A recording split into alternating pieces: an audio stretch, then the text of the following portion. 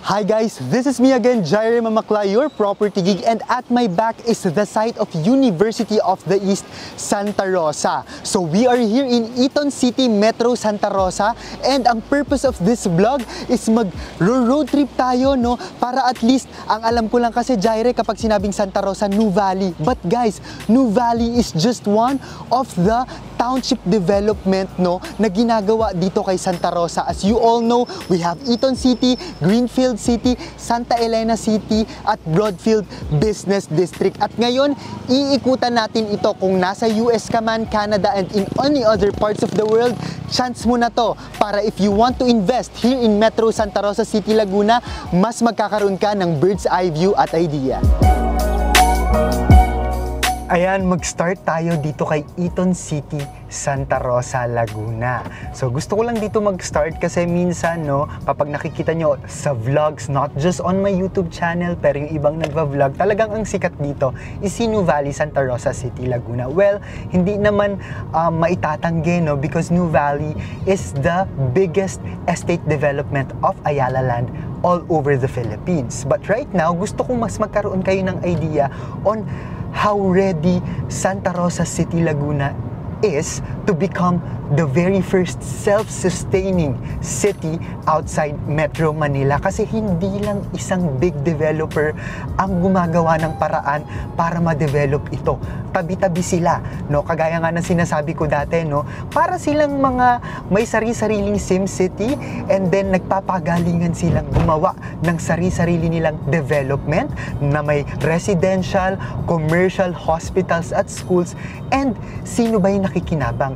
Yung mga investors. Yung mga investors na kahit for example, dito sa Eton or sa Greenfield City, no, nag-invest, they also get to enjoy the developments of Ayala, which is kay New Valley, kasi tabi-tabi lang sila. Kaya nagsasabay-sabay din yung market value appreciation. So again, we are here in Eton City. Road trip tayo.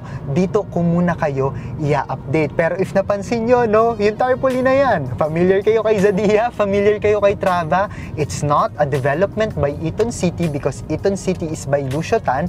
It is a development by Greenfield City. Pero kasi nga, tabi-tabi lang sila. They're just a perimeter wall away from each other. Parang may invisible perimeter wall lang sila sa isa't isa. So watch out guys, no, kasi i-update ko kayo. Ang dami pang pwedeng i-develop dito like kay Eton City kasi puro talahib pa.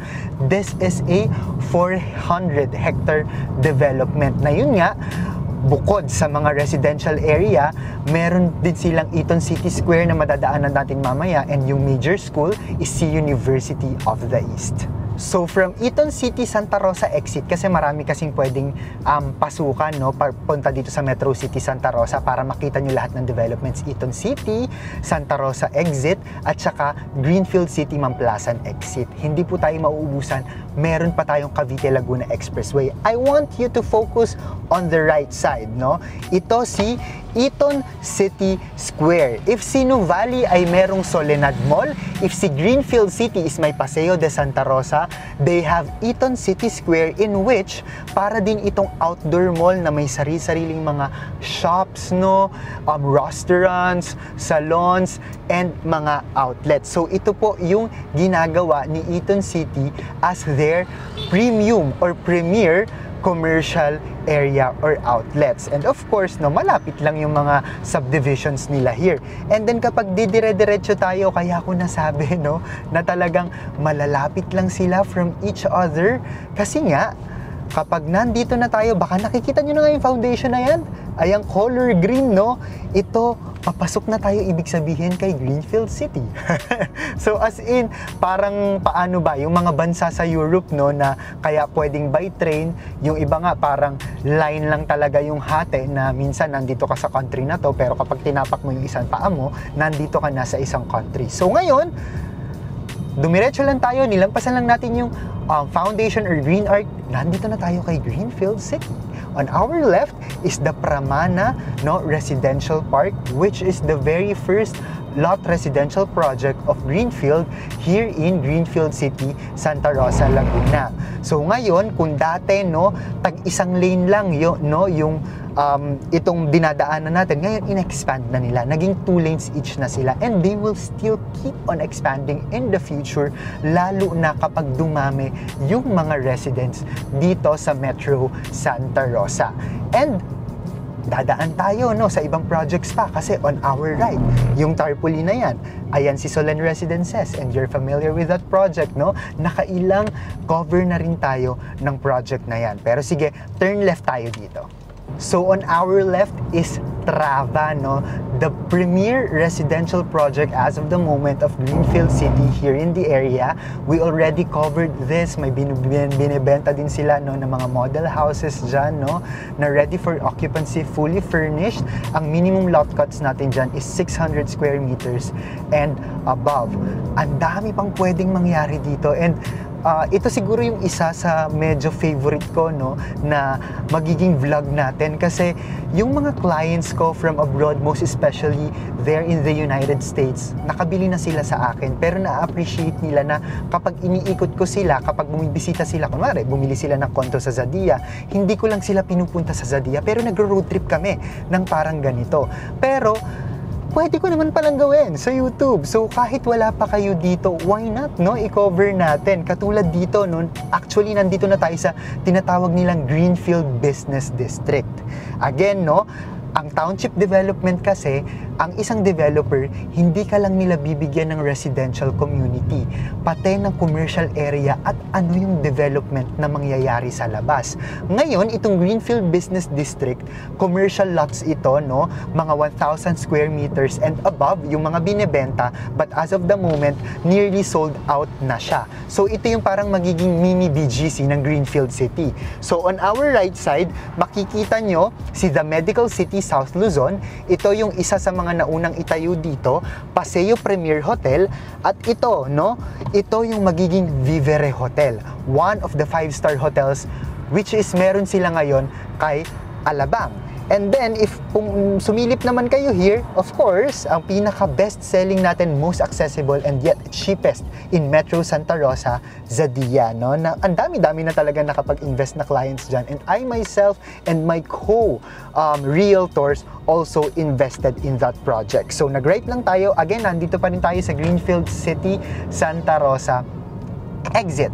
Para mapakita ko naman sa inyo yung commercial area ni Greenfield City. If Eton City has Eton City Square, si Greenfield City, bukod sa Greenfield Business District, meron silang Paseo de Santa Rosa, Laguna Central, at ongoing ngayon ang kanilang football clinic. So every weekend, merong ganyan, no? Football tournament, soccer tournament.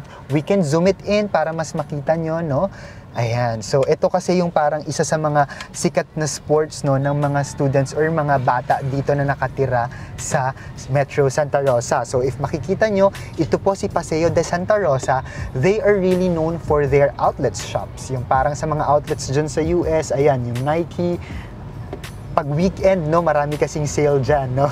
So, ayan, marami tayong pwedeng ma-visit dyan. And ang pinaka-favorite ko restaurant dyan is Canin Club. Kaya kapag pumunta kayo kay Paseo de Santa Rosa, huwag kayong makakalimot na kumain sa Canin Club. Wala po akong investment dyan. Talagang favorite ko lang yan. Pupunta na tayo ngayon actually sa pinaka-national highway or service road ng area. So itong service road or national highway ng area, ito yung parang nagiging common highway na kapag pag galing ka kunwari ng Balibago, Santa Rosa, Laguna, or yung pinaka national road, no, ng Laguna if galing kang Cabuyao, ito yung pwedeng isa sa daanan mo, no, na as in ito yung parang common highway na makikita mo yung pasukan ng Paseo or Greenfield City, ng New Valley, ng Santa Elena City. So, pakita ko din sa inyo. Pero right now, again, on our right is Paseo de Santa Rosa. On our left naman is Arcadia, which is still the commercial development of Greenfield City. Malapit na tayong lumabas sa Greenfield City. Ayan. So, nasa stoplight lang. And punta naman tayo, no, sa mga katabing big development or township development, no, ng ibang developers here. So, nag-turn left tayo kasi ito yung papunta sa Santa Elena City, New Valley, no? South Forbes Gulf City, Broadfield Business District. Pero pag nag-turn right tayo, yan na yung papuntang Enchanted Kingdom, Calm Residences. Yan.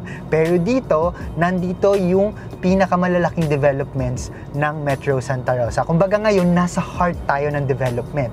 Nasa loob tayo ng BGC or Makati, Ayala of Makati, parang ganon, no? Pero pag dinire-diretso natin to, papuntang silang na ito, Patagaytay. So, when it comes to land elevation, kaya lagi ko din sinasabi na mataas ang land elevation nito kasi papunta na po ito ng Tagaytay.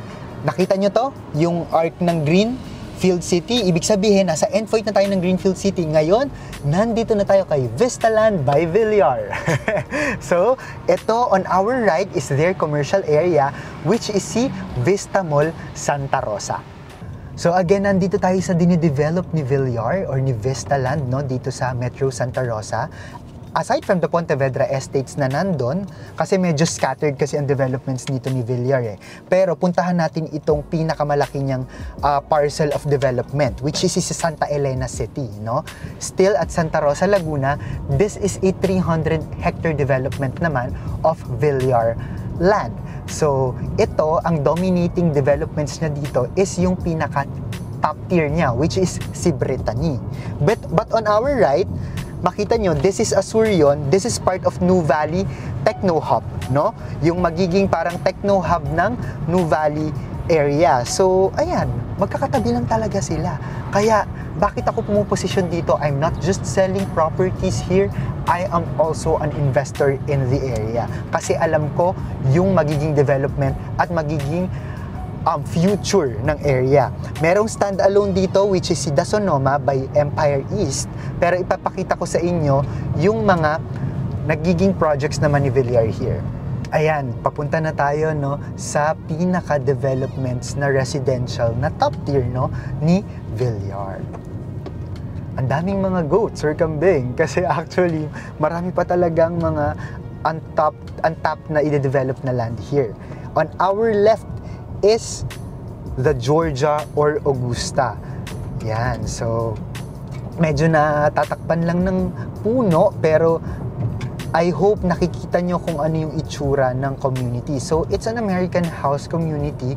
Ang price per square meter dito is at 70,000 pesos per square meter. This is one of the oldest na development dito sa area. So, matagal nang inopen ito. Meron pang mangilan-ngilan. So, kung gusto niyo namang American house community, then I think Georgia Club or Augusta is perfect for you. Yan, pakita namin yung gate. Ayan siya. So, itong area na to ni Santa Elena City, this is also the road going to UST Santa Rosa. Pero sa likod kasi nitong mga Georgia Club, yung likod ng perimeter wall nila actually is Trava na by Greenfield City. So mula dun sa pinuntahan natin kanina, yung Eaton City, papasok ng Greenfield City, malapit na rin dito, no? Kumbaga parang kabilang kalye lang. So magkakaroon talaga ng access doon na kahit hindi ka na pumunta dun sa National Highway or Service Road na pinuntahan natin kanina, kung taga Eaton City or Greenfield City ka, magkakaroon agad ng access papuntang UST Santa Rosa. So parang shortcut siya. Ito naman is si Augusta. Still an American house community. So, ang pinaka-last natin dito na pupuntahan is the 40-hectare UST. And meron ditong Golf and Country Club, no, si Santa Elena City. So maganda din dito, ang pinakasikat ngayon dito at yung newly opened is the Lake Hall, which is an events place, no, parang 500,000 for 5 hours. And then magkakaroon din dito ng mga boutique ng mga shops, parang Molito ng Alabang. That would cater high-end shops. So ito yung entrance ni Santa Elena Golf and Country Club. Malaki po yan sa loob and maganda yan. I don't know if we can flash videos or graphics. I think meron kami dyan na videos dati. So ipapakita namin ngayon kung ano itsura ni Santa Elena City. Ang daming mangga dahil nga ito is part ng hacienda ni Yulo. Actually, not just itong lupain nito ni Santa Elena, pati yung Nuvali, no? Marami talagang lupain ang pamilya Yulo dito sa area.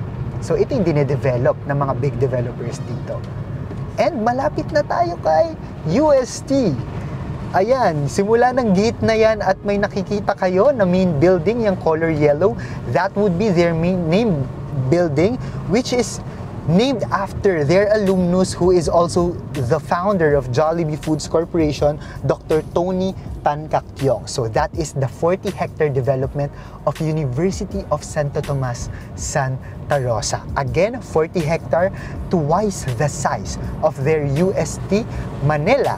So hanggat meron kayo nakikitang ganyang itsura na gate, UST pa rin po yan. Sobrang laki nito ni UST. Kaya sobrang promising ng area, University Belt of the South, business districts, residential community, high-end accessibility, no? And roadworks connecting to Manila. Nandito po lahat kay Metro Santa Rosa and pinagtutulungan ito ng big developers. Kaya habang dumadaloy pa lang at nakikisabay tayo sa development, this is the perfect timing to invest, no? Kung gusto nyo ng lote, house and lot, or condo. Ito yung sinasabi ko sa inyo. Itong road na to, pag dinire-diretso natin yan, which is naka-close kasi yan ngayon, ayan na yung lusutan kay Eton City at Greenfield City kanina sa unang video. Kaya kung makikita nyo yung signage ni Jollibee, yan yung Jollibee kanina sa Eton City Square. Kakalabas lang natin ng Santa Elena Gulf City. Again, Santa Elena Gulf City. Bumalik lang tayo dito sa National Road, itong si Vista Mall. Ayan, kino-cover ko din to para alam nyo din yung kung nasan tayo, no? Bumalik lang tayo dito sa kung ano din yung napakita ko kanina sa video para hindi kayo naliligaw dito sa road trip vlog natin. Actually, ito yon yung Santa Elena City. Yan, may signage naman eh. Yan. And as in, pagkalampas mo, if hindi ka liliko dyan, ito na agad si Nuvali, Soledad 1. Magkakatabi lang sila, right? Diretso muna pala tayo para madaanan natin yung Pontevedra Estates. Pero lalabas tayo dyan mamaya. Marami namang mga access. So, ito yung main access kasi ni Nuvali. Kaya nandito yung malaki niyang signage. Pero pag dinire-diretso natin ito, on our right, this is Pontevedra Estates, kay Villar Land Development ito, where Valenza Mansions is located. Tsaka yung in-offer ko sa inyo before, no, na parang pinag-compare ko yung mga available na condos, pero ito, more on high-end yung i-offer nila. Pero, again, pansinin niyo ulit, no, ito si Pontevedra Estates, right, on our right side. Tingin kayo dito sa left. Soledad na po ito, Nuvali po ito, Nubay Ayala. Tabing-tabi lang po talaga silang lahat. Kaya huwag kayong magtataka kung sa future or yung iba kong clients, bakit ba si Zadia every 15 unit reservation ang bilis mag-appreciate? Bakit naman ang bilis magtaas ng presyo ng mga lote dito? Bakit naman ang mahal sa Metro Santa Rosa City ngayon? Well, because you are getting what you pay for. Wala namang laging late when it comes to real estate investment kasi patuloy pa rin naman yung real estate market value appreciation niya. Pero, of course, no, kung talagang capable, ready na, and qualified, why not mag-start para ma-lock in yung price? So, pag dinire-diretso natin ito, nandito si SNR, and then nandito na yung Uniqlo. So, liliko lang itong car ko sa harap. Yan, hindi na namin puputulin yung video. So, try natin pumunta dito sa kabilang lane. Ayan, papunta, magsha-shopping yata siya sa SNR. And then, yan, dire-diretsohin natin to.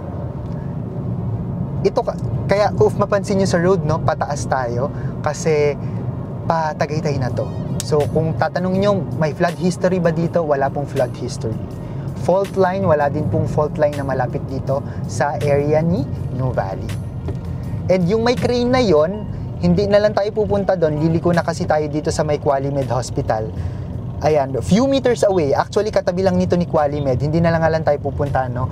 Pero ayan na yung SM Yulo Premier by SMDC naman. Katabi, no? Pero left tayo here. Ayan. Pag left natin dito, andito na si Healthway, Qualimed Hospital by Ayala. Hospital ni Ayala. If we have the Medical City South Luzon, so we have Healthway Medical dito kay Nuvali. Pero magkalapit lang sila, di ba? Kasi magkatabi lang din si Greenfield City at saka si Nuvali, no? And maraming mga green na mga barricade, ibig sabihin patuloy po yung development dito sa area. So, malaki itong New Valley. Again, New Valley is a 2,400 hectare estate development of Ayala, the biggest in the country. Nahahati siya sa apat: New Valley North, New Valley Central, New Valley South, and New Valley Heights. So we are here now in New Valley North, where their main commercial area is located. Easily accessible by public, kaya yung residential community nila nagsisimula sa New Valley Central para may exclusivity. And then, on our left is the East Block. So nandyan po yung magiging business district, no? Mamaya pupuntahan naman natin yung magiging Ayala Museum dito sa area.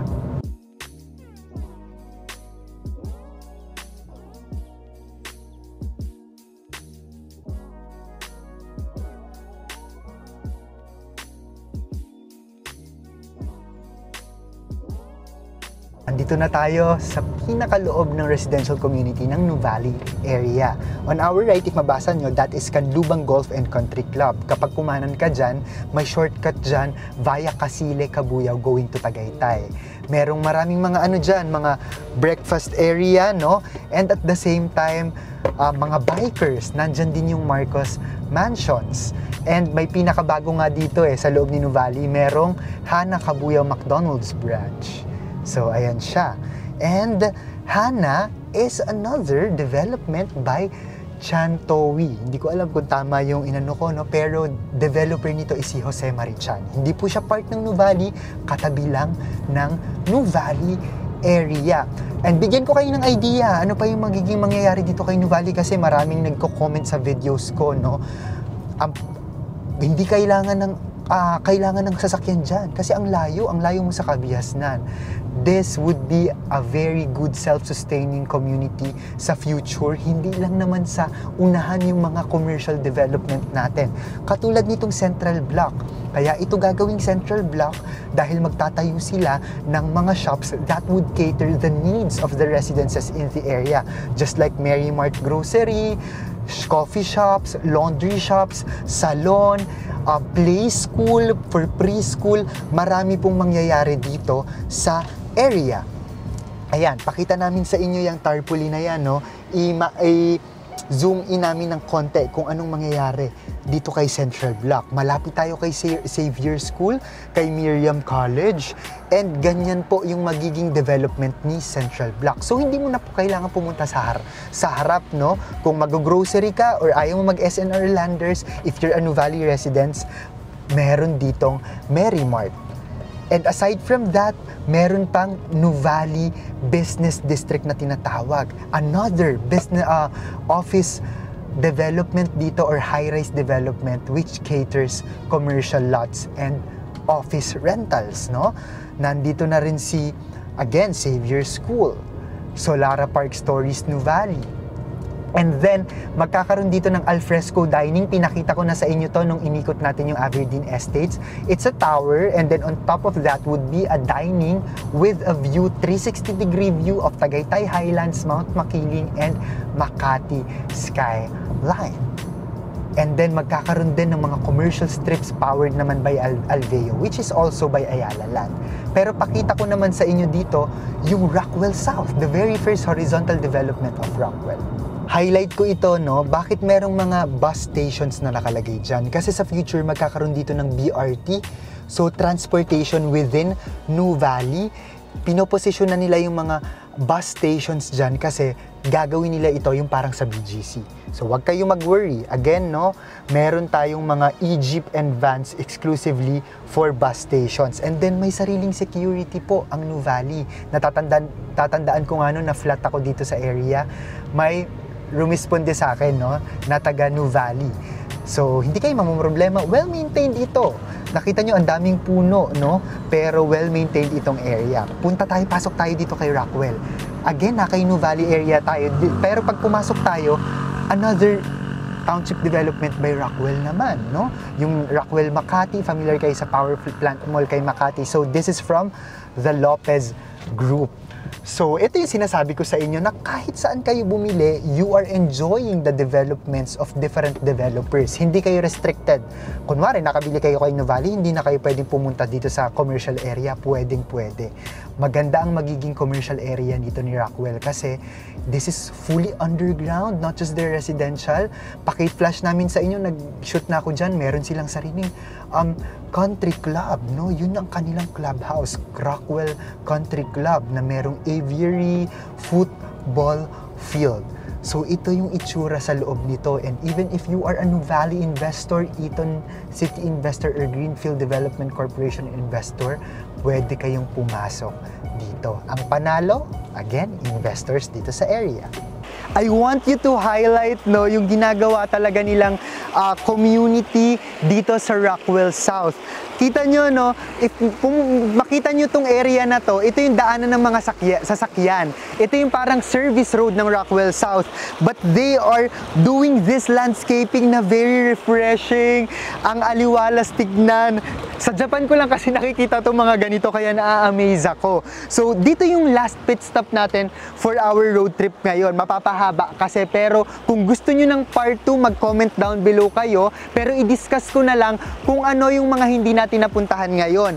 Kasi, di ba kanina, bago tayo pumunta sa Nuvali area, tinuro ko yung sa kanang area, dapat nandoon, no, yung Broadfield Business District. So, i-discuss ko na lang. Meron naman tayong mga stock videos, nag-road trip na tayo dati. So, ipa-flash namin ngayon ang ongoing developments doon, no, yung pinuntahan natin na merong flyover connecting Nuvali yon. Yung Broadfield Business District, that would be the next BGC of the south of that area. That's around 100 hectare development, which is nandun si Savina Park. Nandun din si South Forbes Gulf City, which is a 19.6 hectare development. Mga boutique communities naman yung area doon. Pero aside from that, bakit ba sobrang ganda mismo ni Nuvali area kung saan tayo nakatayo ngayon? Ito si Rockwell, katabi lang ni Nuvali. Kasi sinabi ko kanina, ipa-flash namin, magkakaroon ng Ayala Museum for Architecture, no? Ipapakita namin yan, may stock videos din kami, no? This would be the Ayala Museum Architecture, at ito yung area niya. At kung napansin nyo, nandun na din yung Nuvali Techno Hub, which is nandun din si Seda. So through this stock video, sana mas ma-appreciate ninyo kung gaano kaganda mag-invest dito sa area, no? Again, hindi lang po isang big developer ang nagpe-penetrate dito sa Metro Santa Rosa City, Laguna. Nagtutulong-tulong po sila para i-atras, no? Hindi ganun kasikip sa Manila area, but still accessible pa rin sa QC, Manila, BGC via SLEX and Skyway. Pero dahil nga magiging self-sustaining ito sa future, hindi mo na kailangang pumunta doon. Mula sa pag-aaral hanggang sa magtrabaho yung anak mo, meron dito sa area ni Metro Santa Rosa City, Laguna. So I hope na-tour ko kayo ng maganda. Again, if you want to inquire, if you want to invest in any type of properties, mapakondo man, lote or house dito sa area, please feel free to contact me through my Viber, iMessage, WhatsApp, and Philippine local number. This is +63927-185-1590. My Facebook page, The Property Geek, and you can directly contact me through my personal Facebook account. That's Jaire Valerio Mamaklay. And of course, no, we are still contributing twice a month through Manila Bulletin's Property Living section. So I hope na-enjoy nyo tong vlog na to. To more road trip vlogs, mag-comment lang kayo kung gusto nyo pa. And mag-road trip siguro tayo, magpa-part 2 tayo, part 3, part 4 kapag nagustuhan nyo itong type of content na ito. Again, maraming salamat sa pagtutok. This has been Jaire Mamaklay, your property geek, inviting you to come home to the Philippines, come home to Santa Rosa.